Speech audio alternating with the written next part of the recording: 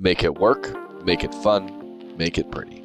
These are the core development rules for Ruins of Tearyn. We've said it before on our time on the official Unreal Engine livestream. And so that's one of those ways that we're really trying to just be 100% focused on gameplay itself. And so we're using, as people know, like our characters right now are Cindy Studios, it's a known developer, marketplace asset creator. And we're using that right now because we're not ready to really invest in that character development for art, because that can get really costly really quickly. And so we want to just really flush out as much of the gameplay as possible. So we'll be using, for quite a while, we'll be using a lot of marketplace assets to really flush all of that out. During this time, we're going to build out Ruins of Tearyn systems that will add up to a unique MMO experience, which we hope will be fun. If it's not, we'll get your feedback during QA tests and iterate until it is fun. Art development is extremely expensive, and when you have no budget, it's not something you can really afford to do, even if you wanted to. I'm dabbling with some temporary models that will help me create that feeling of progression, but these are very, very early designs. I'm not a 3D modeler or even concept artist by trade, and they are purely intended to have a base model to work with for equipment and loot systems. I want to make sure as you find and equip loot, you see the equipment changes as you progress. I feel this is a critical part of the MMO experience, but working on a base 3D model will be something I do at a low priority. We do get really inspired by some of the old school art forms that are now being elevated to new levels. Seeing what some amazing indie creators have done, such as Sea of Stars, it's pretty incredible how these old art forms are being brought to incredibly beautiful worlds. Alabaster Dawn is doing some fantastic things with a pixel world and a more 3D active environment.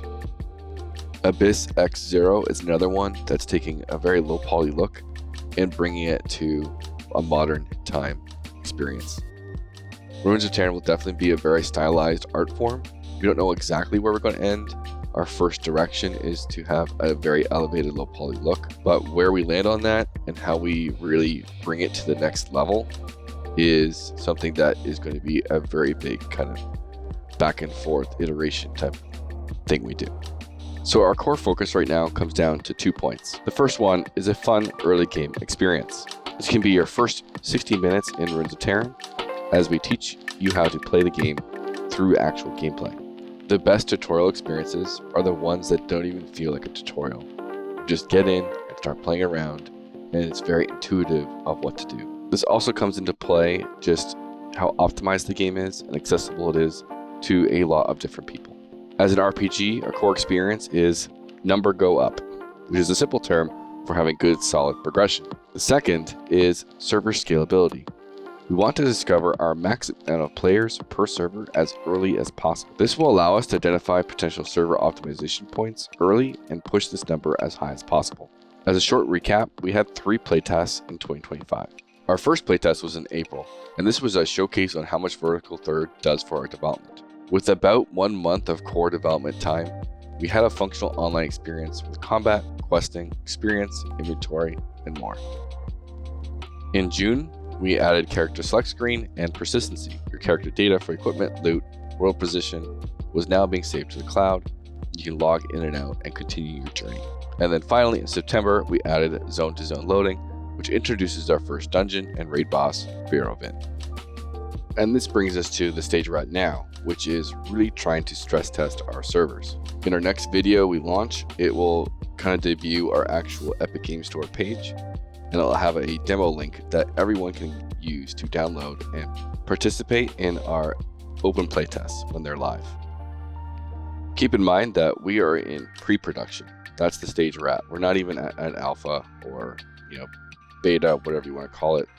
We are in the pre-production stage of this game as we build up wish lists to eventually get the eye of a publisher to actually get a good funding amount for this project. Thank you for watching, and we really appreciate your support. You can find us on Twitch, TheMainStark, and gameDEVbeauty. If you're watching this, we really appreciate any type of likes, subscribes, shares, ring the bells, all those things, as we really need the kind of following to boost our our presence right now.